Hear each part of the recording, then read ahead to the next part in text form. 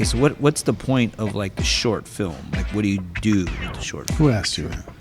Ladies and gentlemen, welcome to Film Hustlers.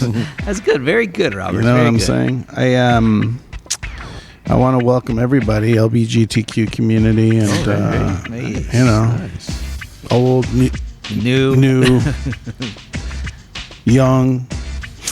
Across the board. I like your style, Gilda Yeah, Monster. man. Here we go. So a lot of things going on this week. First of all, we have a SAG-AFTRA strike. We have a Writers Guild strike. Everyone's sort of in on it now. I think the industry's at a standstill. But you know what's interesting is that I noticed, you mentioned it too, Tootie, but I saw an email saying independent film can sign a waiver. Right. With the Screen Actors Guild to continue making movies. Great news for us. I think it's great news. I mean, what that means is that you can go through all the process of getting your paperwork for your movie through SAG-AFTRA. You can hire your actors. You can do your movie. The only thing that you have to promise is that when the strike is over and they sign a new deal, that you retroactively incorporate that into your deal. So all you're saying when the studios decide and we decide what deal we're taking, you need to abide by it no matter what. And if you owe more money, which you will, that you're going to pay it. So it's kind of like you're on loan. Well, you're working at whatever the rates are, but you will have to up those rates based on whatever the negotiations are. So it's good news because you can still work. Yeah.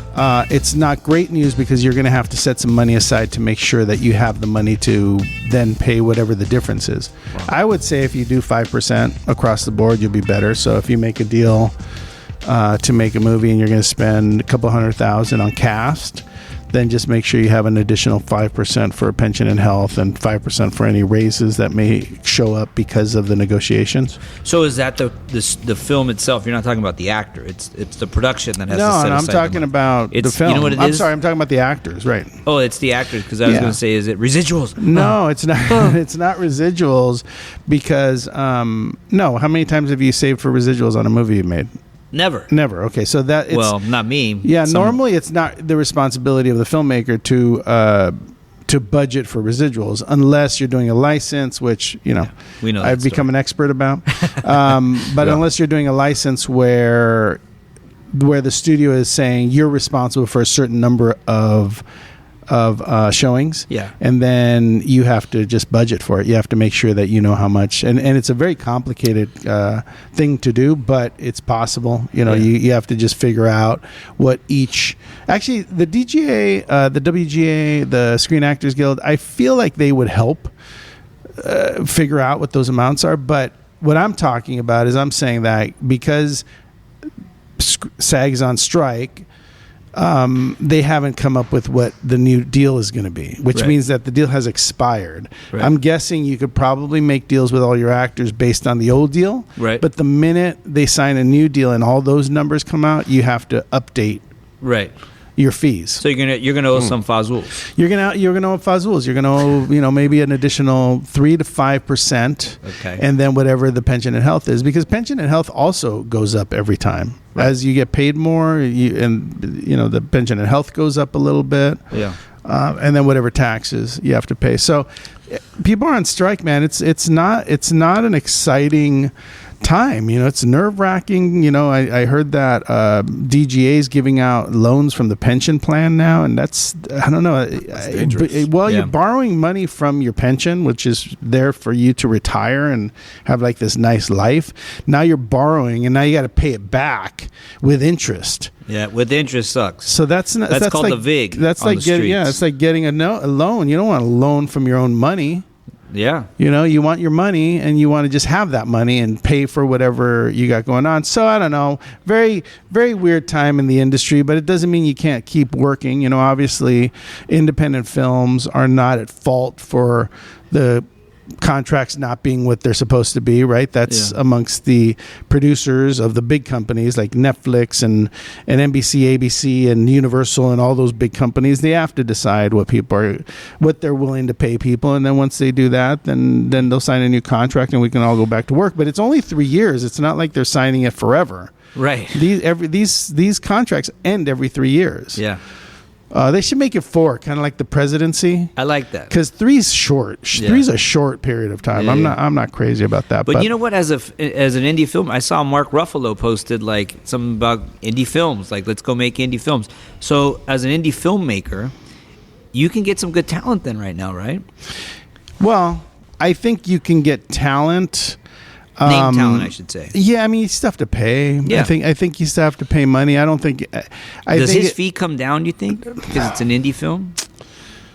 I don't know. I want to say yes, but it's all about the property. It's all about, like maybe Mark Ruffalo is thinking, oh, I'll do one of my passion projects now. Oh, right. And maybe there's something he wants to do that he can then now go do independently. But like, I would think like there's a lot of actors, huge actors, big actors that can probably go out and do any independent film they want based on their box office or the sellability of their name in a movie. They can go off and do like one of their passion projects, and maybe they're willing to lower their rates based on the fact that it's something they really want to do. Now, if I wanted to do the Hansel and Gretel movie and I wanted to offer it to Mark Ruffalo, he might not take it. That's the reality. You never know. But I followed his feed and I sent it actually. I send them to you, and it's every year the best independent films, and every year there's some bangers in there. I'm talking like nominated films every single year that I had no idea were indies. Right. And so there are indie films being made every year that are Oscar worthy, get nominated, win awards, that are that are good films. Yeah, I mean, I think there's always going to be standout independent film. It's a good point. I mean, I think there's always going to be new filmmakers coming up and new ideas really like captivating you as an audience. But I think you have to keep, you have to be realistic in this day and age. Like I say this a lot. We argue about it a lot, but the truth is that you have to have ideas that are easy to understand and also commercially viable. Like, in other words, you don't just turn on a TV anymore. It's hard to turn on a TV anymore and just rent a movie that, I don't know, that doesn't have like a serious twist. Like, I'll give you an example. Coda was this movie about a deaf family, right, where only one of the girls in the family had the ability to hear, right? So she wanted to be a singer, but clearly her family couldn't hear her.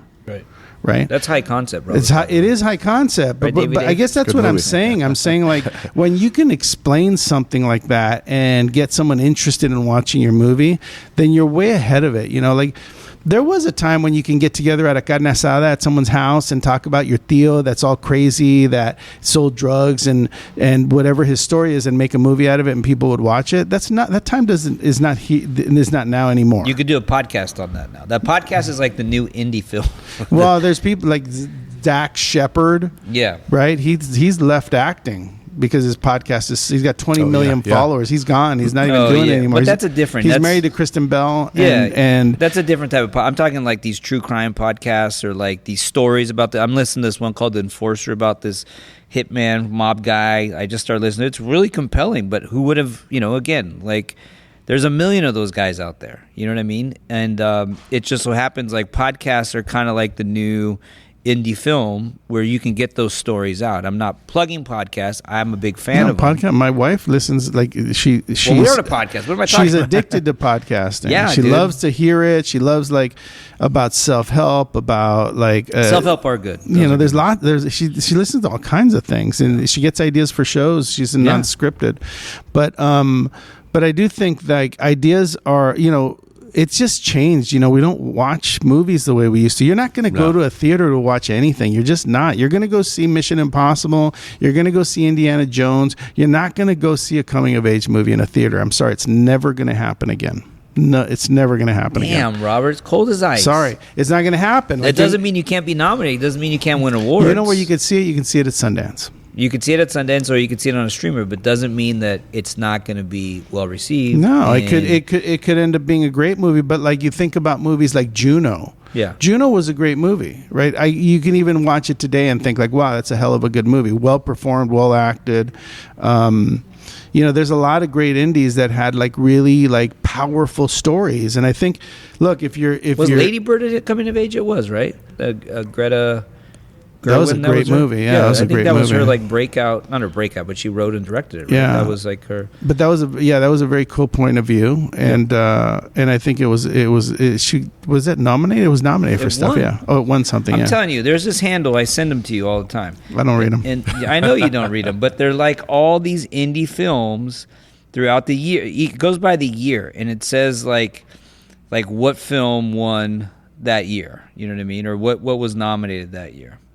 They're really cool. I'll find it. You know what? Here's what I'm gonna start posting it on our feed. Baby Dave, how's that sound? Please do. So yeah. So I think I don't mean to be negative about ideas. I just think I just think if you're listening and you really want to make a difference with the movies you're making, make something that is genuinely unique and different and eye-opening when you tell someone the story in 30 seconds and people are like, wow, that sounds really fascinating. I think that's an important part of creation, Yeah.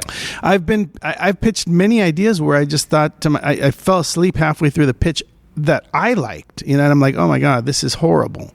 Because it doesn't have any twists and turns. It doesn't have anything that hooks you in. There's just. I think stories need to have peaks and valleys, and they need to have twists, and they need to be soapy these days.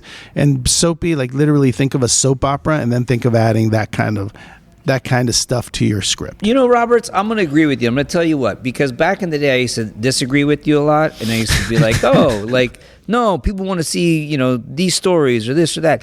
It does have to be high content. You do have to be different now. You just can't go out and make, yes, you can go out and make whatever movie you want, but to get any type of reaction or if you want anything to come from that film, it has to be high concept and it has to have like a twist.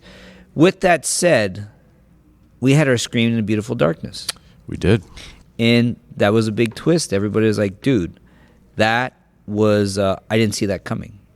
Yeah, Beautiful Darkness is a great story. We pitched it here. We raised all the money right here on the show, and we made the movie. And we fulfilled the promise of our podcast to make a movie and to get it into festivals.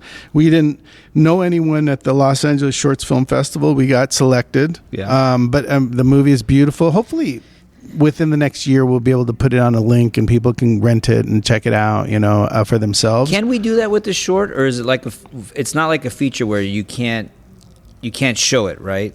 Can we show like a feature? You're not. No. What are you talking? Oh, you can't stream it. No, you can't stream it yet, but like within a year, we can. We can. Yeah, like for instance, if we get accepted to Sundance, we'd want to wait. Yeah. Until after that screening. Yeah. But like let's say we were to get into Sundance, which would be amazing.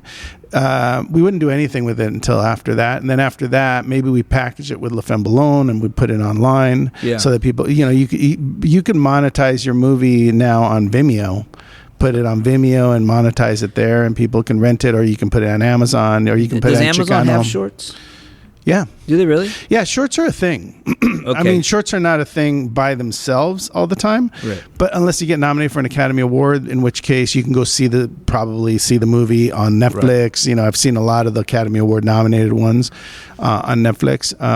But yeah, you could package shorts. Like I did La Femme Boulogne. We could theoretically package them together for people that want to see the ones that we talk about and put it out. Right. Or we can put it out on its own, or we can lengthen it and put it out. Yeah. Or we can shoot the feature. Like it's hard to, like I think if I try to go see movies, because we talk about it on the show a lot, right? The idea that Whiplash was a short before it was a movie. Napoleon Dynamite was a short before it was a movie. There's a couple of other ones. Sling Blade was a short before it was a movie. There's another one that I'm a big fan of. It's called Bottle Rocket. Was a short before it was a movie. But anyway, the point is that sometimes you can't find the shorts because you end up making the feature and people stop caring about the short. Yeah. But it's important. Like if you want to make a short. You were asking earlier, like, why do you make a short? What's the point of making a short? Well, the point of making a short is, first of all, to prove that you can direct and produce a movie. Right. if you're able to do it at the highest level in a short form, then somebody's going to say, wow, I'd like to see what these guys can do at the highest level. Like, what if you give them $3-4 million and then what, right? Because then you can make a movie that's got a beginning, middle, and end. I think no pigeons then, David. My understanding, by the way, I laugh. We laugh a lot about the pigeons, but I think everything that happens in a movie happens for a reason. Yes. Sometimes you spend a lot of money on things and then you don't use them, or sometimes you spend money on stuff and you do use them. I mean, we spent a bunch of money on pigeons, but they are a big part of the movie. So we could have. I learned a lot from pigeons. Yeah. But the whole thing's about a bird, right? If you really think about it. You know what I mean? Like the symbolism. Not about a pigeon, but no, it's not. But it's about a kite. You know what I mean? Like it's about a kite bird, and so the bird's the little boy. Yeah. Did you watch the documentary about kites? No, because it's on. It's on. What is it on? Amazon? Yeah. No, it's on. It's on Netflix. I don't have Netflix. You can rent it though. You can rent it. I can't rent it. No, it's on Max. I don't have Max. Oh. You got to get it. Hook me up. I can't afford. I can't lend you my thing anymore. Come on. All right, I'll just come to your house and watch it right there. But anyway, the point is that David Dave had to get the permit. David Dave had to find the bird handlers. We had to find a certain amount of birds of pigeons. Then we had to have a permit for the pigeons themselves, and then a permit for the city of LA to shoot in the park. So that was a big learning experience, but we did it. And getting permits, I'd never done, I had only worked on films where people got permits for me.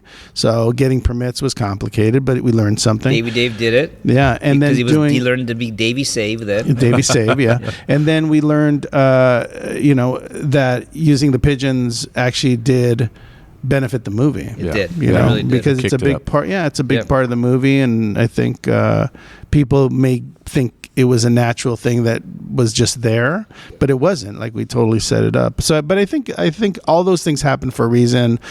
The complications of a movie and how you solve problems is important. I think having a high IQ is really important. I'm just kidding. Thank you, Robert. I appreciate that. But I've never taken an IQ test, but I get the feeling I'd score really well. Dick Kitties. No, but it's funny you say that because, like, the airplane. Remember the airplane? We just happened to catch the airplane. We weren't trying to catch the airplane. I didn't know you had caught the airplane. Like, I didn't even think about at the time. I didn't even think it was in the shot. And then Alcon's like, "How much you guys have to pay for that? How'd you do that?" Someone thought it was fake. Yeah, someone thought we put it in. Yeah, yeah. And then the car, the red car, and the woman in red. Symbolism. The symbolism. What does red represent? None of that. It represents anger, but it also represents purity. Like all this stuff. But you didn't do it for that reason. And I was like, yeah. That's exactly right. We timed it. You did not. I had say Davey that. Dave drive that red car, and then I had Uncle Paulie run in the red shirt. So when they ask you at the festival on Thursday, you have to say that. Of course. But no, I think it all works itself out, and you end up doing things in independent film that either solve a problem or create a learning experience. I mean, the bottom line is, can you finish with all of the obstacles that life throws at you? Money, locations, people that rented you the location, but now you have to go later. Like, we were on our movie and we ran out of time. Yeah. Right. So the rental only went until 8, but we had to go to 10, right? Because we had to go to 9, and then we had to get out of there, and people had to clean up. All of those things become obstacles that you have to solve, that you have to figure out. It's a little bit of instincts. You have to decide, like, can I push this? Can I apologize if we go way over or whatever it is? But should I have gotten the overhead of the close-up? Yes. Did I waste too much time on the first? Yes. Well, one thing I would tell you is that if film is hard, yes. Being a young filmmaker, or even a filmmaker that's doing it for the first time or whatever, always don't get so creative that it screws you in the edit bay. That's always something you should consider. Always get your close up, medium, wide, over the shoulder, and inserts. One thing I really regret about the movie is that there's an almaraz in the shot. Yeah. But they didn't remove the glass, so it's shiny, so you can't really see the artwork. Right. And I'll always regret not seeing that and thinking about it when I was there, because it could have been such an easy fix. Hey, take the glass out of that frame so you could see the art. Yeah. And then Stanky's shot, we didn't really see it. Yeah. It would have been nice to pan off of it. Yeah. The art, I feel, represented something in the film. Yeah, I think for sure. I think it could have, but it doesn't because of those things. But those were my fault. I just didn't see it. I didn't think about it. I should have thought about it. I normally do. Max usually does, but he wasn't there. I mean, we saw the stanky. You know what I mean? When we did that one shot when Mendoza's No, dying. half of it though. Yeah. Or no, did you see the whole thing? It was like half to 3/4. It was It's like a quarter of it. On A solid quarter. on the big screen though. You could see it. Yeah, on your tablet Phone. or your phone or your computer. But on the big screen, you do see it. You know what I mean? And it's right there. Yeah. But we don't see all of it. Yeah. We could have maybe widened a little bit, Yeah. pulled out a little bit. So let's talk about this. We did the movie, right? We raised the money on the show. We raised, I think, we put up 5,000. Yep. The other guys put up, I think, 40,000. 15, 10, 25, 30, 35. Yeah, 40. So we had 45,000. And we're going to end up putting 10, right? And we're going to end up putting 12. 12. So so we went over, right? Yeah. So I had to, in the interest of it's a partnership to do these movies, right? And it's not fun going back to investors and asking them for more money. It's not the ideal scenario, but you do run into things that going to make your film better. For instance, we talked about Ray Spees and how I sent him the movie and I said, hey man, I'm thinking about not doing sound on this because I think we can get away with it. And he was like, don't do it. It's bad idea. He told me at the screening. Yeah. He came up and So I agreed with him and we just decided let's put the thing on a credit card. No, it wasn't 4,800. I think it was. I don't want to say how much it was because I don't want someone to call them up and go you charge the hustlers. But it was below 5,000. Okay. But we had to pay for it. But it was one of the best decisions we made. Absolutely. You don't go all this way and then skimp on what's going to make your movie good, right? Yeah. So long story short, if you're raising money for a movie and you raise what you think you need, and then you get into post and you realize you need another 30%. Yeah. You could write a letter to all of your partners and just and then say, look, because we wanted to make the sound better, the picture better, the DCP better, we wanted to apply to more festivals, we decided to spend a little bit more money, and it's going to be 30% more for each of you. Right. So if you put in 10,000, you're going to put in another 3. If you put in 5,000, you're going to put in another 1,500, and then you just offer that to everybody, including yourself, Right. So that you guys can all share in it. And normally everyone says okay. I think in our case everyone said okay. Has everyone checked back? No, I haven't gotten from everybody, but people like Stanky, who clearly is okay, financially. Probably he hasn't responded, but I'm sure he'll be okay with it. And George and Dustin, all of them said awesome. They saw the movie and they clearly know why we went over. But if you go over, don't panic. Ask all your partners. Figure out exactly how much you went over. Write down the amounts. Write down how much they invested. Write down how much the overage is. Put it in red numbers so that they can clearly see that this is what they invested. This is what they got to put up more. But more they have to put up. And put everyone on a sheet so that everyone can see what everyone's getting. It's not a secret, so it's not a secret. You can't tell just one person. You have to kind of let everyone know right off the bat. That's Be called transparency. Yeah. Okay. IQ over there, transparency.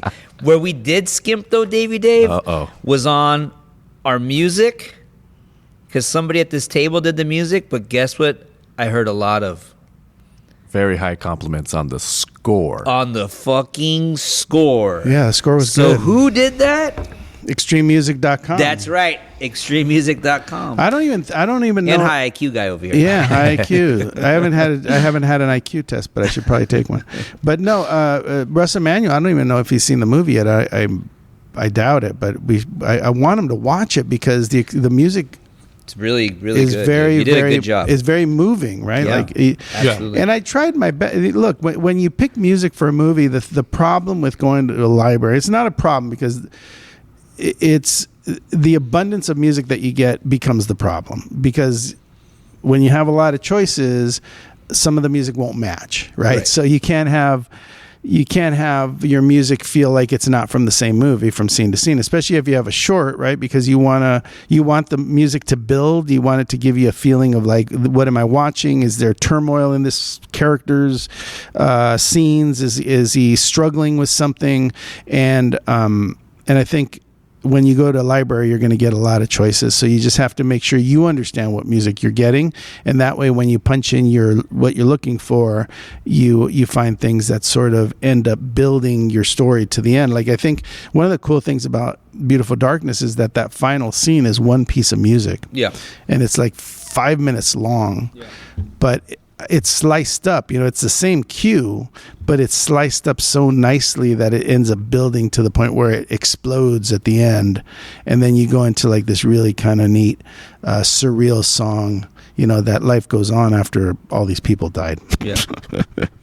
But it's hey, wait a minute. No spoilers. It was a great example of usage of a library when you don't have the ability to score it, because that temp music was really good, and I think I got lucky in finding the songs. I don't think you worked hard on it. You were doing your Netflix movie. You were sending us. I was in Toronto when I was. Yeah, you were sending us stuff. Some of it, Dave was way off, right? Yeah. Some shit was, but for the most part, you nailed it. You know what I mean? Like it was like anything.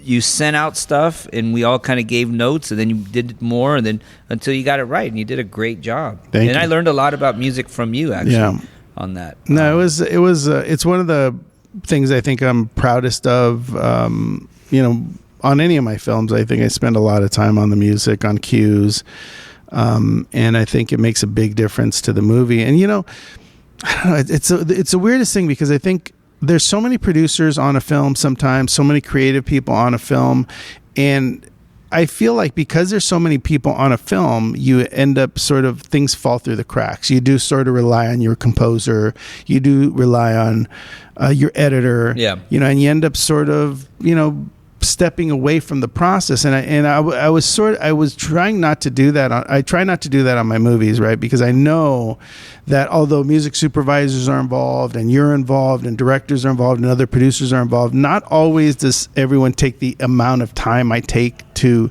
find the music that fits the movie. Yeah. Like, not everyone does that, right? You just kind of decide, I'm going to let my music super do it, or I'm going to let my editor pick the songs, and then you don't pick them. Yeah. So I don't like to do that. I try to get myself as involved as I can, and I don't force the issue. If you like what I picked, great. If you don't like it, then let's find a different route. But I guess what I'm trying to say is that get yourself involved with every process of the filmmaking on your movie, whether it's music or sound design or editing or whatever it is, and give your opinion about it. Yeah. And spend some time. Like on my current movie, I have tons of music people on it. I have my director on it. I have, everyone's sort of working.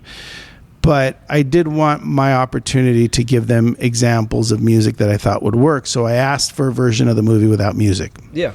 So that I could lay in music that I thought worked. And I did it on I've got to upgrade my system, but I did it on iMovie. Yeah. And you can do it on my iMovie, and that doesn't take a professional editor to figure out how to use, and it helps a lot. So I would just want to shout out to Extreme Music for providing an amazing amount of wonderful scored music, and it made our film probably 100 times better. For sure. See, I do that a lot with wardrobe and costume, because I create the characters. Well, I say create the characters. We all kind of, but I have a vision of what. Remember, like I told you, Emilio in that tracksuit. Mendoza in that tracksuit, and you're like, nah. And even my guy over at Surge the King was like, nah, but dude, it worked. You know what I mean? Him in a suit would have been kind of like, okay. Yeah. But him in that tracksuit, I don't know. I just felt like. Yeah, it was good. I mean, I think it was a director call, and you made it, and I think it ended up working out real good. But that's all. Like Made in Mexico was the same thing. Like I went down and picked out all Lilo's outfits in downtown. Like I went, put it on my credit card. Like I picked out his whole wardrobe, and he looked great. Yeah, it was a really good wardrobe. I think it's important. Like you're saying, there are things that I'm not good at. Like wardrobes are a very good example. I don't have any sense of style. Like, I don't have any idea how characters should look when they change and they're different. And well, usually people with high IQs don't. But let's go ahead. But I'm telling you, I have no idea. So I do rely a lot on studio executives. Have like great ideas for that kind of stuff. LaTanya Newt, who was our studio executive on the Netflix movie Meet Me Next Christmas, she was amazing. She had great vision of what people should be wearing, how they should look, and she was good to work with. I think she improved our movie, incredibly by just her ability to understand style, and we relied on her a lot to kind of step in and tell us whether or not we were on track. And as a result, the movie looks great because of that. But yeah, you have to get involved with the things that you're good at. If you're good at style, get in there. If you're good at music, get in there. Well, because movies are visual and audio. Yeah. And if you think about it. And by the way, don't take it personally, right? No, like, of course go into it saying like, hey, I'm going to give some examples of things that I think it should sound like or look like or whatever, and take it or leave it. Yeah. It's the director's decision anyway. Yeah. So sometimes directors are like, oh, thank God. Yeah. Thank God you're helping with that because it's not something I normally do. Yeah. And then you just get in on it. But do not step away from it. Do not get involved. Like give your suggestions, and it may spark an idea, a separate idea that's even better. Yeah. And that's what the process is all about. It's about sparking ideas. Learning from you on this project about music and music for the character. Like each character had their own type theme, of music. Yeah, that was their theme music, and how it bled into other things, and it was great. Like I knew that, but I didn't really realize it until you and I fought about the music. Right. And, you were up all night in Toronto. You'd send shit, and I was like, what is this? And then you were like, how is this working? And then Davey, I don't see it either. And then you go, okay, well, let me try this. Let me bring these levels down. Okay, but I got it. I understood. And then you would explain to me why. And I go, oh, okay, this is Santoro's music. This is Mendoza's music. Okay, they got to bleed into each other. Okay, great. And it ended up working out. Yeah, really, again, big props to Extreme Music for having... big props to you, too. Take a little credit here, okay? I'll take the credit, but I'm just saying... your IQ's high. But I'm very grateful to Russ for creating a place where you can actually find all this stuff. Extrememusic.com does a great job. But it's true, like as you think about the film and you think about the impact that a movie has on an audience, like when you think about that opening scene with Mendoza's dad, and Mendoza being a religious person, it kind of lent itself to having like a religious undertone, and there's so much good music in that religious under that umbrella, so it was good to do something that gave you an emotion, made you feel like, gave you a feel of where those characters were emotionally, and then when we moved on, when Santoro gets his music, when you first sort of run into him, it's unnerving. It's not comfortable. It's like, something's going to happen. That guitar, it's kind of weird. But yeah, there's all of that is, again, like you have to figure out what you're thinking for the characters. And even in the final song, like I was looking for something that crescendoed, and I was looking for something victorious, right? Yeah. Because I thought this is a win. Like this is like winning a championship. Yeah. Because it's a cat and mouse game that someone's gonna lose, But in this case, someone will lose their lives, So the idea that there was a victorious person at the end of it, and that music built them up. Yeah. To the point where you were like, wow, like that was, and that's kind of what I wanted to get to. So yeah, I mean, fun to talk about because I'm passionate about that kind of work. But yeah, it was good work, and I think combined with the shooting and the vision that you had, and the Ryan and Davey Dave and all the work that got put into that, it ended up being a terrific movie. Yeah, for sure. All right, well, that was a fun conversation about a bunch of nothing. No. What do you mean? Well, But that's the stuff that people never hear, to be honest. yeah. I mean, you got to get into it, right? You have to listen to how the process works and what you can do to make it better, and also that it's not easy, and that sometimes you go over budget, and sometimes you got to ask for a little bit more money, and there's nothing wrong with that as long as you show where it went and how it's being spent. Yeah. All right. Well, we'll talk again next week, and by next week we will have screened at the LA Film Festival, so we'll have news. Exciting. If you're not going to the LA Film Festival, then or if you didn't go, then we'll tell you all about it next week. Yeah. All right. Thanks for listening, and we'll see you next time on Film Hustlers.